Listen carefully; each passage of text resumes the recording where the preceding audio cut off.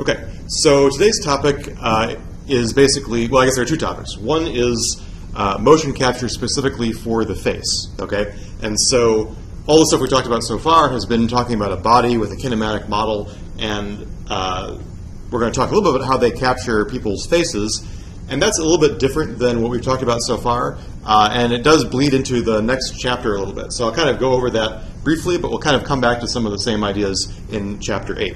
And the other thing is markerless motion capture. What can you do when you don't put someone in the bodysuit, right? So is there a way to estimate the articulated 3D skeleton just from somebody wearing the kind of street clothes that we're all wearing today, right? So we'll talk about, you know, some of the challenges involved with that. Okay, so let's start with facial motion capture, okay?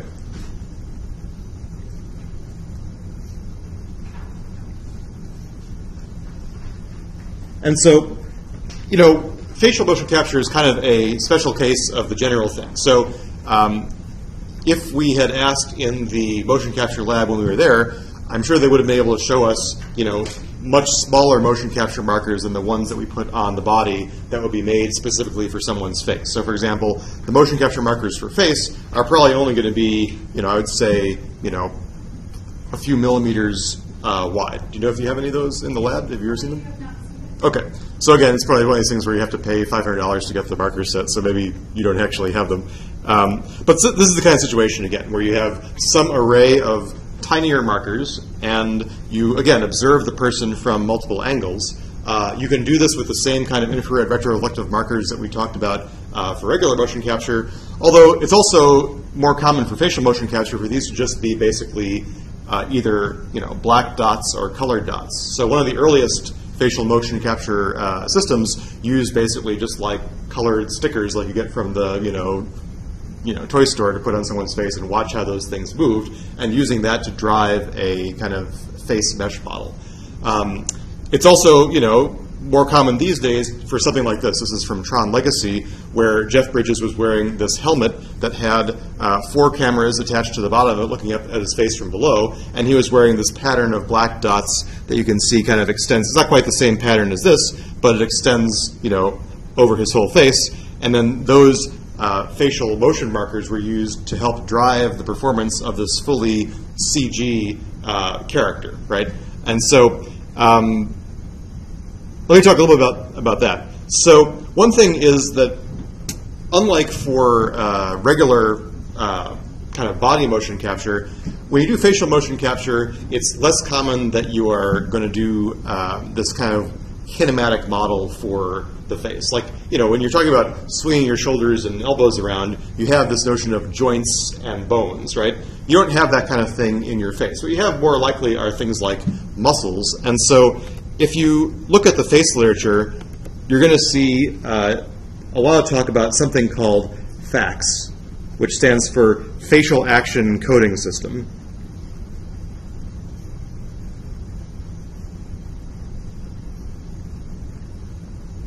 And the way that a facial expression is described is kind of in the sense of a bunch of these, what I would call primitive muscle motions, things like, you know, left eyebrow raised or, you know, nose squished, stuff like that. I'm not a face expert, so I don't know exactly what the taxonomy is, but there is a list of these, you know, basic things that you can do with your face, and then if you're doing like facial recognition analysis, for example, you know, you combine different settings of these little, you know, features to form expressions like happiness or sadness or disgust or something like that.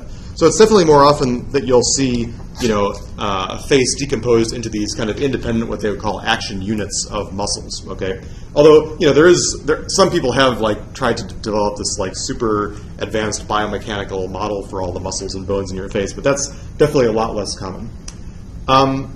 And so, like I said, what you have in a lot of Hollywood productions these days, like you know, Tron Legacy and Avatar and so on, is this performer kind of carrying around a little mobile motion capture studio with cameras and markers on their face, and then hopefully, since the markers, or since the cameras are all kind of rigidly mounted to this helmet the person is wearing, you can triangulate to get 3D positions of the markers, and you can go from that into your facial animation rig.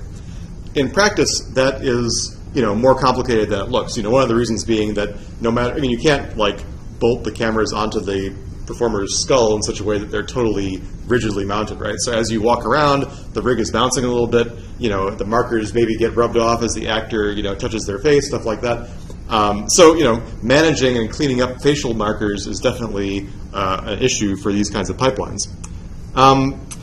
One thing that is actually more common and kind of relates to what we're going to talk about in Chapter 8 is this system. This is called the MOVA Contour system for facial, I wouldn't call it motion capture as such, but basically, facial modeling, right? So what you see here is, the same, the same actor here, but now he's wearing what looks like green modeled makeup, right? And so what they do is they put this makeup on, and the makeup is basically invisible to the human eye. So for example, the actress on the left here is wearing this weird green makeup, but the only time you see it looking green is when it's exposed to a certain frequency of light, fluorescent light. And so what happens is they have a stage. I don't think I have a picture of the stage here. This is not the stage, but basically they have a stage full of cameras and lights, and what's happening is that the lights are flickering back and forth between white light and this fluorescent light under which the makeup kind of phosphoresces green. And so the idea is that normally your skin, right, is a pretty smooth surface, right? There's not a lot of feature points on your face to pick up on and use to triangulate. And so instead what they do is they use this kind of weird makeup pattern to provide enough texture for a dense correspondence algorithm to work. And so if you see this weird texture from multiple angles, you can kind of do this multi-view stereo problem that we're going to talk about in the next chapter. And so let me see if I've still got my video queued up for how that works. So here what you're seeing is the live performance, the captured surface with this weird makeup, and then the right-hand image is basically a 3D textured model that is not actually, a real person. That's a rendered video where they've projected the texture onto the mesh, right? And so, let me just play that again. Right, so the left is live performance. The right is the texture that they've captured kind of projected onto the mesh that they've estimated from looking at how this mesh moves. And so we're going to talk about kind of how does this multi-view stereo problem work, not next week, but the week after that. I don't know if I have a good picture of what the MOVA Capture Studio looks like. I should have, let's just see if I can find a picture of that.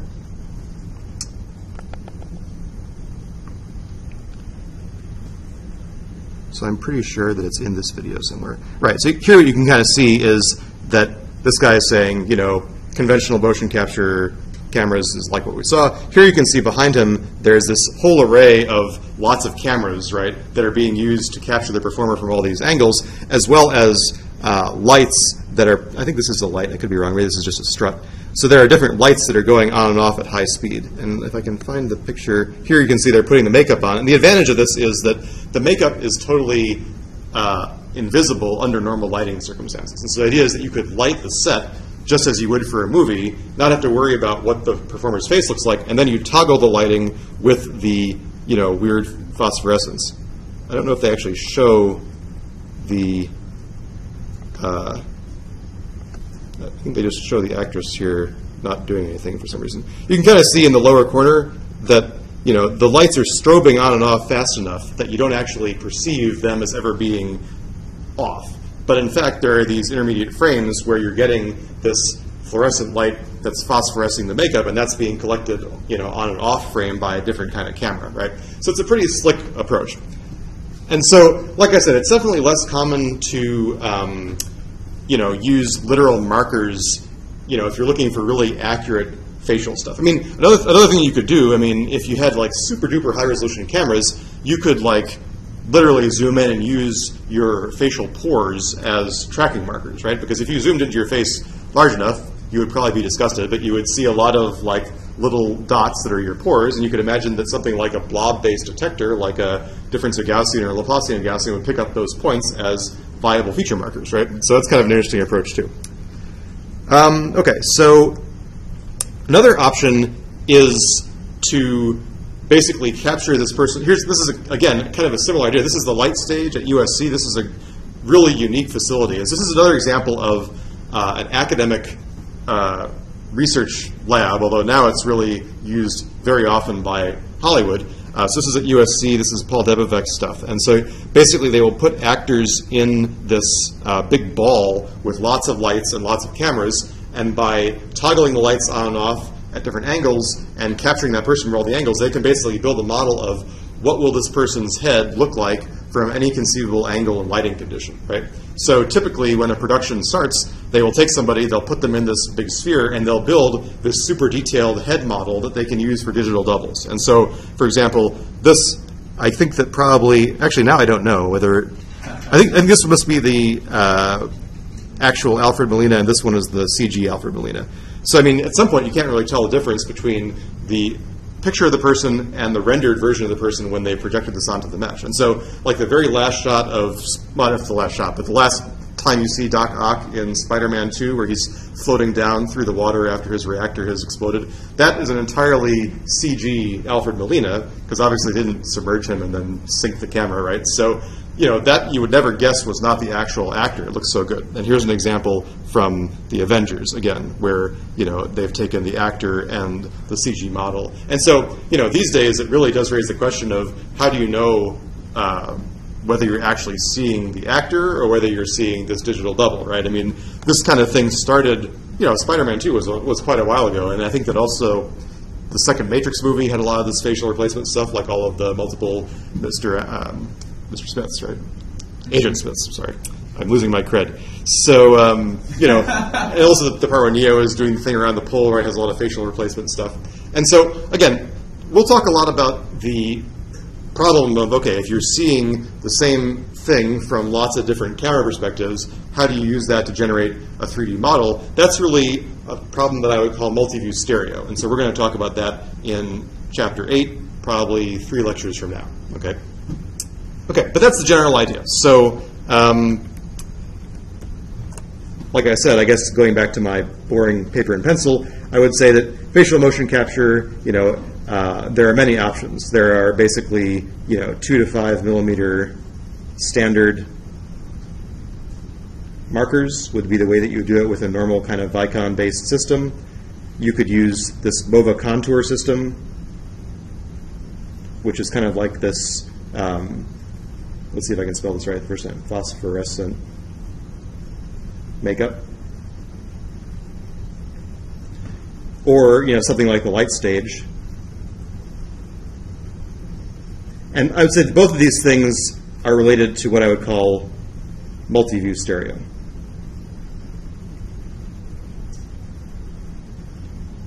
As well as structured light.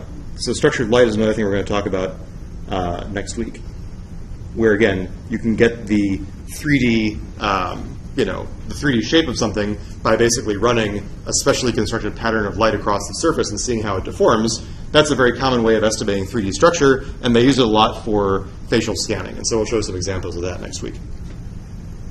Okay. So any questions about face? Okay. So the next question is, what can you do when you don't have the bodysuit? Right? So I would call this markerless motion capture.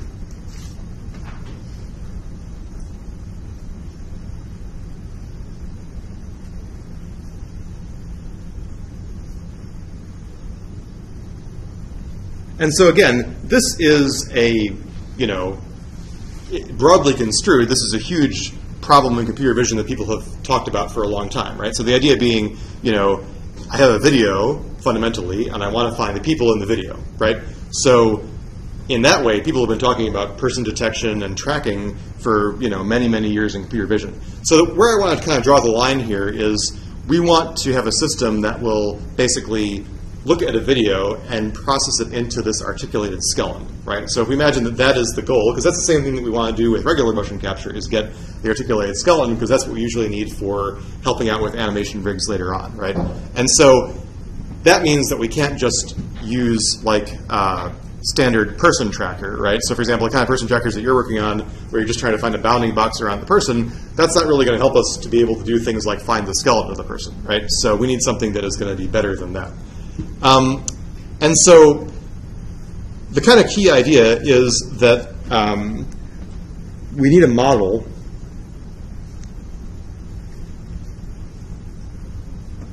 for, you know, what I would call skeleton,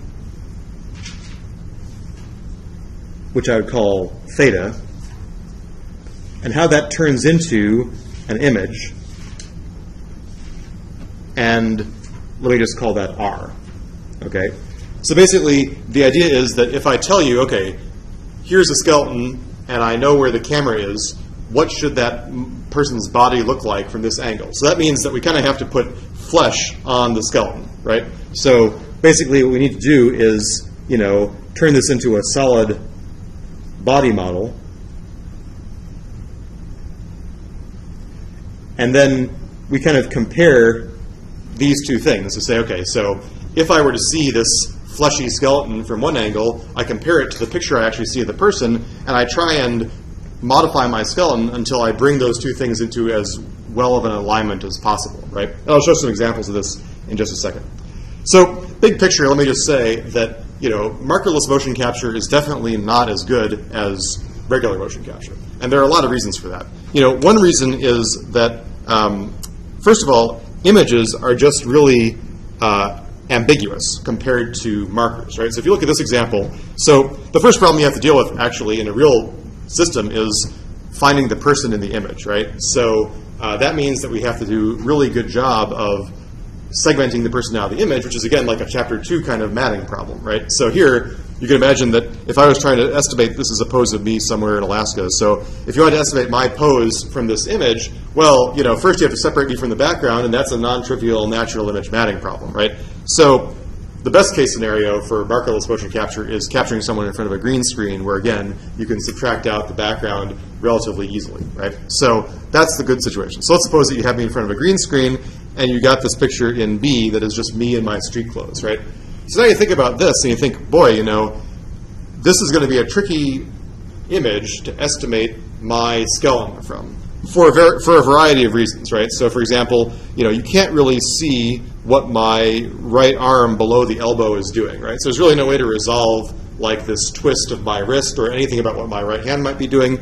And even my left arm is kind of tricky because, like, if you think about my elbow, it's probably like here, and so my left arm is really foreshortened, right? So I mean, again, there's very little information about what my arm below my elbow might be doing. Similarly, like, look at this. You know, this is a bulge of fabric around my knee just from the way my pants are hanging, right? And so if you're trying to think about where would you find my knee in this picture, it's pretty tricky, right? I mean, you know, it's nothing like the situation in the motion capture lab where you have these very precisely placed markers close to the skin that really define the position of a joint, right? You don't have anything like that when you just have an image, right? And so you can imagine that already the problem is much, much harder, right? And in fact, I think it's been estimated that from a typical image, you really only see, like, at most 2/3 of the possible joints that you would need to build the whole model. And so typically what you have are a bunch of cameras that see the person from a bunch of different angles to resolve all these missing data points and ambiguities. And so another thing to kind of keep in mind is that, you know, this is just a still image, but as I'm moving, right, even if I were to say, okay, well, this point on the pants corresponds as well as possible to my knee, you know, the problem is that my clothing is baggier than a skin-tight suit, right? And so, you know, as I flex myself, all my, you know, external clothes are going to change in a non-trivial and probably non-predictable way with what my joints are doing underneath, right? And so that's really challenging, right? Remember in the motion capture lab, we were told that socks were bad, right? And socks, when you think about it, socks are probably the most closest fitting item of clothing that you're probably wearing, right? So, I mean, if socks are bad, imagine how bad, you know, jeans or, you know, a sweater would be, right? And of course, you know, that's also assuming that you can still even perceive, you know, all the joints. I mean, if you have a woman wearing a skirt, right, then you've lost a lot of the bottom, you know, half of the body due to things that you can't even see, right? And so, you know, definitely a much harder problem. Okay, so I'm going to talk about in a second, like, how we try and solve this estimation problem. I mean, all that being said, you can still get some pretty nice results with the caveat that it's never going to be as good as a markered system. And so probably I think a good rule of thumb is that at the time that I wrote the book, you know, even if you were to look at, like, people will compare, their markerless systems to markered systems and then see how far off their predictions were. And, the markered systems are still taken as ground truth. And so we can find kind of sub-millimeter accuracy for markered systems, whereas, markerless systems are probably more on the order of like centimeter accuracy for joints. I mean, again, getting better, but a lot of that accuracy is just inevitably compromised by the nature of the clothing, right? I mean, it's not like a high resolution camera will necessarily help you with some of these problems. You're just kind of stuck by the fact that, you just can't estimate those joints very well. Okay, so let me talk about kind of the model that we use, right? So the idea is that, what I have is a series of images over time, and what I want to estimate are the corresponding series of joint angles, right? So again, these are like the images, and these are like the kinematic models. And without going into a lot of detail, basically, the way we typically try and solve this problem is we want to maximize the probability of a given set of joint angles given these observations. Okay? And so this is what I would call a dynamical system. Well, I guess I haven't gotten to the dynamical system yet, but this is basically what we want to do. It's kind of like a Bayesian problem. And so we, when we talk about Bayes' rule in probability, right, the way we can solve Bayes kinds of problems is by flipping around what we, how we relate the observables to the unobservables. And so what we need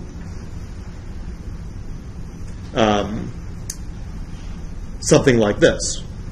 What's the probability of seeing these images given these joint angles? Okay.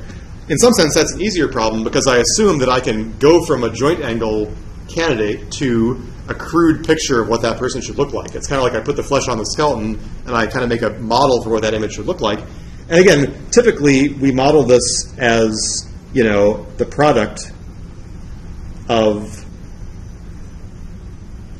each of these things, right? So it's like saying that, the images at successive times only depend on the joint angles at that point in time, right? There's not like this higher dimensional time coupling, right? So we kind of separate out and say that we assume that, the image I see at time t only depends on the skeleton at time t. That stands to reason.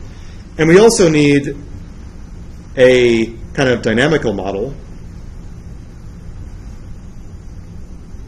The probability that I see theta of t given these previous joint angles, right?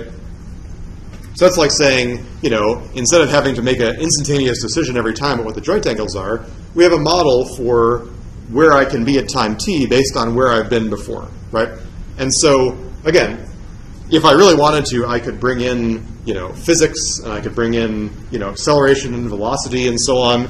A lot of times, you make this into a very simple Markov model, which is just saying that where I am at time t, I have a probability, like a transition probability between where I was before and where I am now, right? And so, you have a kind of, you can imagine that I could model this using some sort of a, it would be a bad idea. You could model this as some sort of like high-dimensional Gaussian, just say, okay, the joint angles at time t, I expect to be pretty close to the joint angles at time t minus 1, because, things can't move that fast.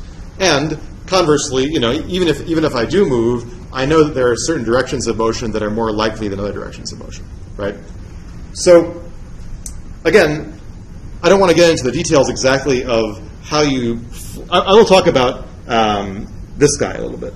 How do you estimate the probability of seeing a certain image given a set of joint angles? I want to talk about that next. This, basically, comes from, could come from physical model or training data, right? So remember we talked about last time, if you're doing the inverse kinematics and you want to estimate, what's the probability that the body is in a certain state? Well, you know things about how human bodies move by collecting lots of data, right? So you could have some sort of a model for that. And then let me just say that the variables involved here are all fairly high dimensional, right? So I mean, a joint angle, right? Again, so if you think about a joint, I think that one of the problems in the homework is to estimate how many degrees of freedom there are in the little sketch of the kinematic model of the body that's in the figure in the book, right? And so the number is probably like in the 40s or 50s, right? So you've got this very high dimensional model, and unfortunately, it's hard to work with things in such high dimensions. And so typically what we use is something like a particle filtering approach, where you kind of have a set of particles that represent possible hypotheses, and these allow you to do things that are more advanced than just like a simple Gaussian model. I see some puzzlement. So when you mentioned like high dimensionality stuff, I right. immediately go down to something like PCA. Yes. So PCA is also a possibility. Yeah, for sure. Yeah. So the other thing you could do is, instead of using an agnostic particle filter, you could say, okay, I'm going to observe lots of models for how people move, and I'm going to boil down this 50-dimensional joint vector to a 6-dimensional vector of human motion. Right. So that's also a very viable. Yeah, yeah. So that's a totally viable approach. Yeah. Okay.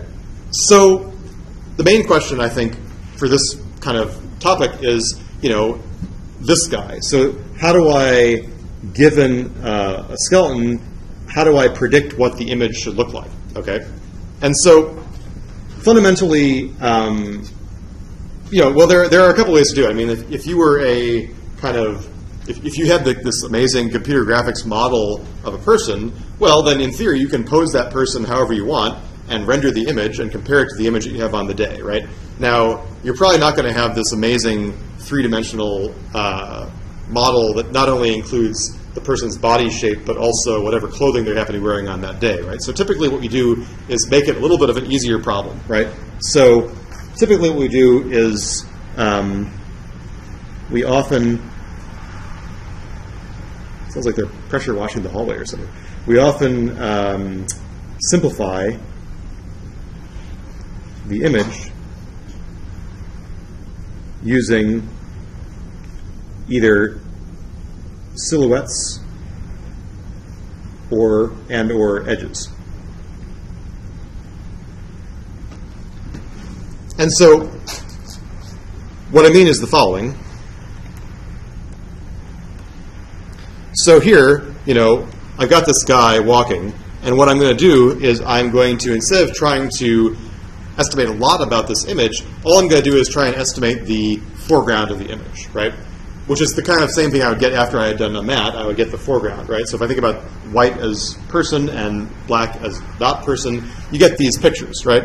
And so the silhouette, gives me some information about the body shape without me having to worry too much about, color and texture inside the body. Now, one problem with the silhouette is that it can be kind of ambiguous, right? So actually, if you look carefully at this picture, you can see that all of the people in the top row have different poses, right? So one of them is kind of in a walk cycle that is like this. Another one is like in a walk cycle like this. And if you think about the frontal or the side view of that person, they both produce almost exactly the same silhouette. Or, if I think about my arm out like this, or my arm out towards the blackboard, then again, there's a lot of degrees of freedom that you actually can't see just from the silhouette. So that what the implication is that you have to gather a lot of silhouettes to disambiguate these issues. So if I saw the person from 4 or 5 angles, well then maybe I could get silhouettes that would make more sense, right? So if I saw the person from the front, in this case, I would be able to kind of disambiguate all 3 of these. Well, I'd certainly be able to disambiguate, this case from this case. And if I saw the person like kind of from the top, I could probably disambiguate these 2 cases, right?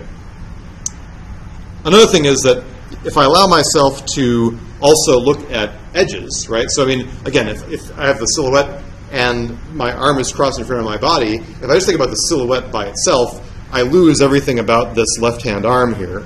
Whereas if I also say, okay, I look at the edges of the foreground, then you can start to perceive the arm inside the body. And so kind of the name of the game is that what I have on the top is kind of like the image of, captured from my camera. And I say, okay, here's the person, here's the silhouette, and here's the edge map extracted from the real image. And the bottom is my model that I say, okay, if I've got my skeleton, I can pose my kind of 3D stick figure, and then I can look at what would be the corresponding silhouette of that and the corresponding edge map of that. And then the way that I try and optimize my cost function is to try and make the silhouettes and the edges from all the cameras match up as well as possible, right? So that's a very simple way of doing markerless motion capture. And so let me kind of be a little bit more specific. So what I can do is I can say the goal is to try to bring the silhouette and edge maps from the model, or from the image, into agreement with the model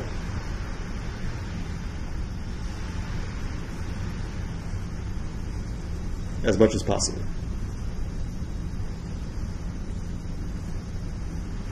Right? So kind of the way I think about this is, okay, what I want to do is I could say, okay, the probability of observing this image given my theta is kind of proportional to, e to the minus something. And this something is kind of like saying, okay, I have some weight on the, this is the number of cameras. I say, what is the distance between the silhouette from camera I at time t and the predicted silhouette from camera I at time t, right? And so this is just like saying I need to have, these two binary images, and I need to compare them, right? And so one thing that would be easy is just to say, okay, I'm just going to look at the number of white pixels in those images that agree, right? So when the overlap is good, thinking about, this picture, when the overlap between these two guys is good, then most of the white pixels should be the same, and most of the black pixels should be the same, right? So you kind of think of a very simple kind of binary metric between those two things. And so then I could also, I guess I could add a weight here, and then I could have another weight that says, okay, I could also look at the distance between the edge map from camera I and the predicted edge map from camera I. And again, in that case, what I have is, kind of looking at the comparison between two line drawings like this. And so in this case, you have to be a little bit careful about the edges in the sense of saying, okay, well, there may be a lot of edges in the image that are not in the model, right? Because, for example, if I'm wearing a striped shirt, I'm going to have a lot of edges inside my torso that don't appear in the model unless I also have the model wearing a striped shirt, right? So what I want to say is basically that every edge in the model should appear in the image, but not vice versa, right? So, if there are strong edges in here that don't appear in the actual image that I have, well, then probably that's not the right pose, is the kind of way to think about it, right? So you kind of think about what is the right way to design these cost functions.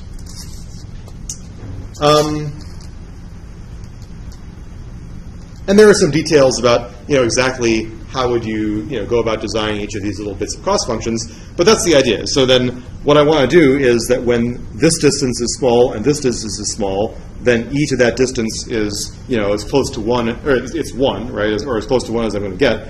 And that means the probability of seeing that image given the pose is high, right? We want to maximize that is what it comes down to. So that's kind of the idea, is, very high level of how you could start to build this kind of markerless system. So in some sense, all of this stuff is operating entirely in the image space, right? So I've got M cameras looking at the person, and I am only comparing the images of the person to the images of the 3D model, right? Another thing that you could do is you could, okay, so before I move on, any questions about this? Okay, so another thing that I could do is say, okay, well, really what I'm trying to estimate is a 3D thing, right? I'm trying to estimate the 3D position of the body. And so what I could do instead is to say, okay, well, let's think about it.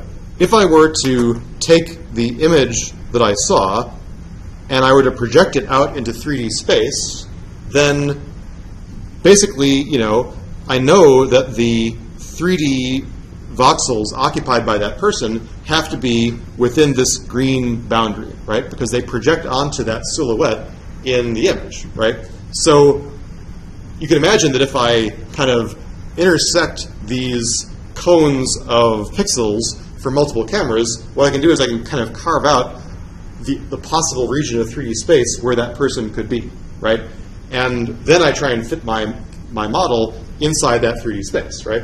So this is kind of a clever idea. So this is kind of what I would call the visual hull, is what it's called. So let me just back up and say that, you know, for all this stuff to work, including the silhouettes and the images, you need to have calibrated your system. You need to have calibrated your cameras, right? Because otherwise you don't know how to match up the pose of the person in your model to the image that you saw, right? So unfortunately, you can never get around camera calibration. You still have to do something that is analogous to waving that motion capture around, the motion capture calibration wand around my cameras to obtain the 3D positions of all of them. And again, we talked about that a few chapters ago about how if I were to just take my checkerboard, I could wave it around my world of cameras and use that to get their 3D positions, right? But you have to for sure do something like that. So in this case, what I'm saying is, okay, I see this, you know, 2D silhouette, and I project out into the world this 3D thing. And then I could say, okay, well, if I intersect all those things, I have what's called the visual hull, okay? Now, how would I do that? Well, I guess that picture was about as good as I can get, but let me just say, you know, what I would say is we can talk about visual hulls. I can basically, I guess I have actually a picture here, like this. So I can basically back project the occupied region of the silhouette from every camera view, and then that produces a possible set of 3D voxels in the 3D space where the object is constrained to be, okay? Now, the object definitely could be smaller than that. I mean, in some sense, all I know is that the object surface has to be kind of tangent to the edges of this 3D volume when viewed from each of the appropriate positions, right? But, you know, there are lots, you know, there's a lot of ambiguity about what that shape could be given that constraint. And that's where the human, you know, 3D model comes in, where you actually know this is a head and a torso and shoulders and legs and stuff like that, right? Now, how would this kind of come together mathematically? So basically the idea is that I back project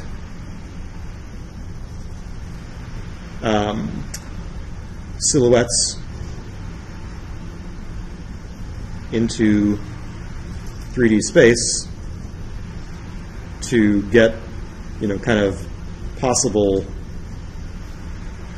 voxels that can be part of 3D skeleton.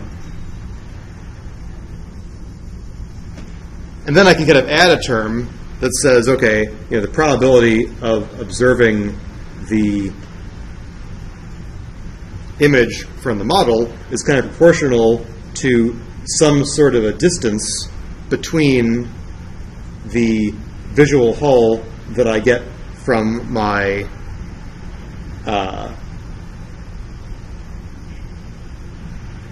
so this is basically the observed visual hull, and this is the, you know, voxels from the 3D model, right? And so it's kind of like saying, okay, you know, you voxels that you generate from my model have to fit inside this 3D space that is generated by projecting the silhouettes forward, right? And so that basically, you know, is a more, well, that's really going to get you further than just using the silhouettes and the images alone. And you could kind of combine this plus silhouettes and edges to do even better. You know, one kind of caveat is that, let me just note, I don't know what that is, note, quantizing the 3D space can be costly. or if you do it badly, that means that your 3D reconstructions are inevitably a little bit blocky, right? So I mean, if you think about, suppose I want to take a picture of me and model the voxels I take up in 3D space. Well, I mean, if you were to take like, say, 5mm cube voxels, there would be like many of them, and it would be very computationally difficult to keep track of all those voxels all at once, right? So when you see these voxel carving and visual health techniques, usually what you end up with are fairly kind of blocky 3D, models. And so here's an example of that. So what I did is I took a bunch of pictures like this. And so again, since I don't have the high quality, studio when I was writing the book, what I did was I made a little turntable with a little mannequin on it. And so this thing, just as a side note, is my little calibration object, right? So we talked about how do I calibrate the camera. Again, what I did was, since I didn't have a lot of calibrated cameras all at once, and I'm rotating this thing, what I did was I said, okay, I'm going to assign some known 3D coordinates to each of these corners on this colored set of cubes, right? So if I said, okay, then this corner is 0, 0, 0, this corner is 1, 0, 0, this corner is 2, 0, 0. So basically what I did is I built a 3D coordinate system from the corners of these blocks, and then I knew I could basically apply a resectioning algorithm that said, okay, I know the known 3D points, I can click on where I saw them in the images, and then I use those to calibrate every one of my cameras. And so that was a little, homebrew technique for calibrating cameras. Once I know that, then I can look at a bunch of, images of this mannequin from different perspectives, and then I can carve the voxels and get something that is a crude, human representation, right? Now, this is okay from the left-hand angle, not so great from the right-hand angle. So let me just show you, in MATLAB, what the corresponding voxel carving looks like. You could argue about it. So I mean, definitely humanoid, but you can also see that from other angles, not so great, right? So here's a question from the top, right? There's this big thing sticking out of the mannequin's chest, or I guess there are two big things. And part of the issue is that, fundamentally, all of those voxels, like you think about seeing it this way, so this is like seeing a person from above with their arms stretched out like this, these weird chest sticking out pixels are consistent with all of the views that I happen to take, right? And so I would need to take some more pictures to rule out all those voxels. And so, for example, if I just took a picture from the top, right, I would probably carve away all the stuff that I, didn't like. The other thing is that, here, this is purely voxel carving. Like, I haven't actually tried to fit a 3D kinematic model to this, right? So now you can imagine that if I have a model of my mannequin, then what I would be doing is kind of like I'd be trying to pose the mannequin in my 3D model to match up as well as possible with this 3D set of voxels. You can imagine that might work decently well if I had a good initial position of where things were, right? But clearly, more cameras are required to get a good model in the first place. And you can also see that there are some, this is kind of a quick and dirty thing. You can see that, you can almost kind of sense the way that these voxels have been kind of scraped away by the rays from the camera, right? You see these kind of weird diagonal lines. Those are kind of correspond to things that are parallel to camera rays, and that's why they look kind of like things have been kind of shaved off from different directions. So it's kind of a neat idea, though. Okay. So I can close this up. And like I said, even though this is kind of cruder than motion capture, with markers by a long shot, you can still do some cool stuff with it. And so, for example, there was a scene in Quantum of Solace, right, the second James Bond movie, where the second Daniel Craig James Bond movie, where they're falling out of an airplane without parachutes, I guess.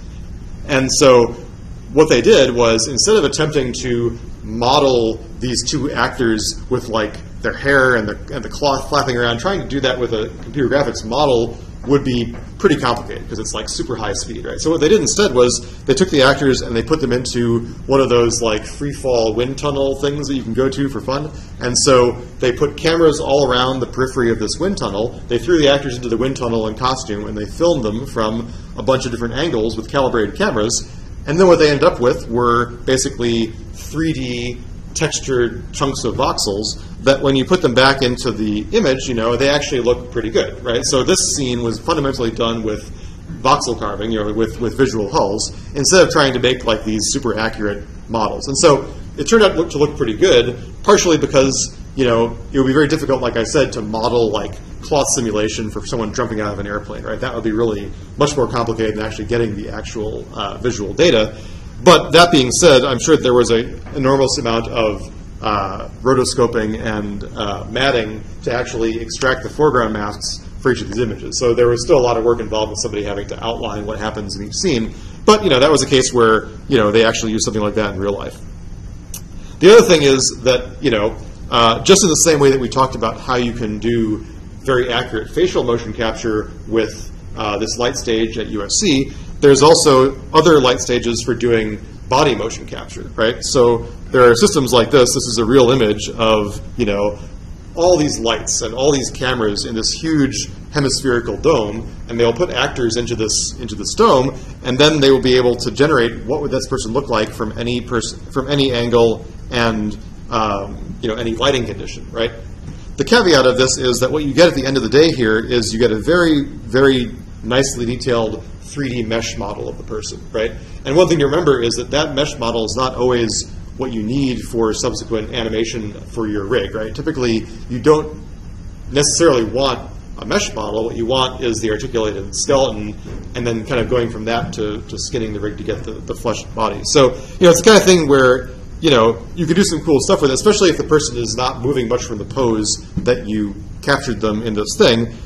But, it's not the same as the kind of output of a motion capture system, right? So again, this is very, this is becoming more related to what we're going to talk about in the next chapter. We're talking about, this is like a huge, large-scale multi-view stereo problem where you've got, lots of images. What do you do with them, right?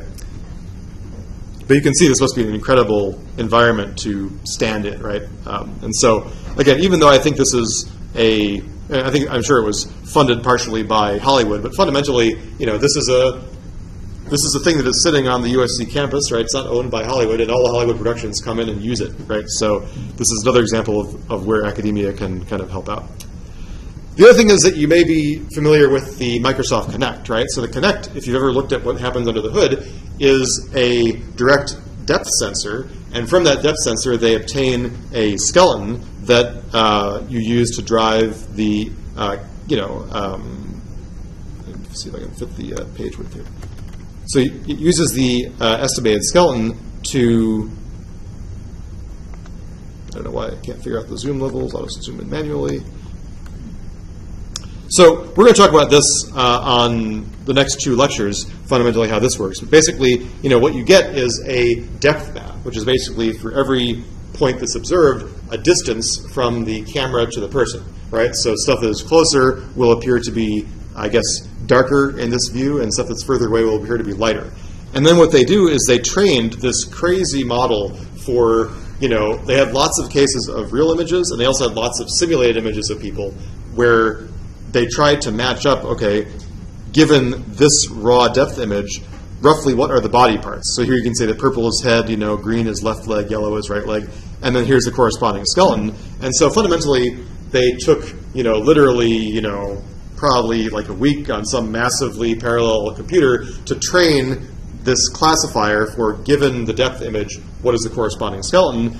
Then they implemented this in hardware on the Kinect, so that once you've got the model or the classifier, the real-time classification of the skeleton is extremely fast. Like, it's just a very fast decision tree that they implement frame by frame on the Kinect. So the first Kinect, I'm not sure about the second Kinect, but the first Kinect had no built-in temporal dynamics at all. It was just literally taking every depth image and spitting out a skeleton with no reference to what the skeleton was before. And so that's why if you look at the raw skeleton output from the Kinect 1, you often see that's a little bit jumpy because there's no sort of smoothing going on. You can do the smoothing later if you want.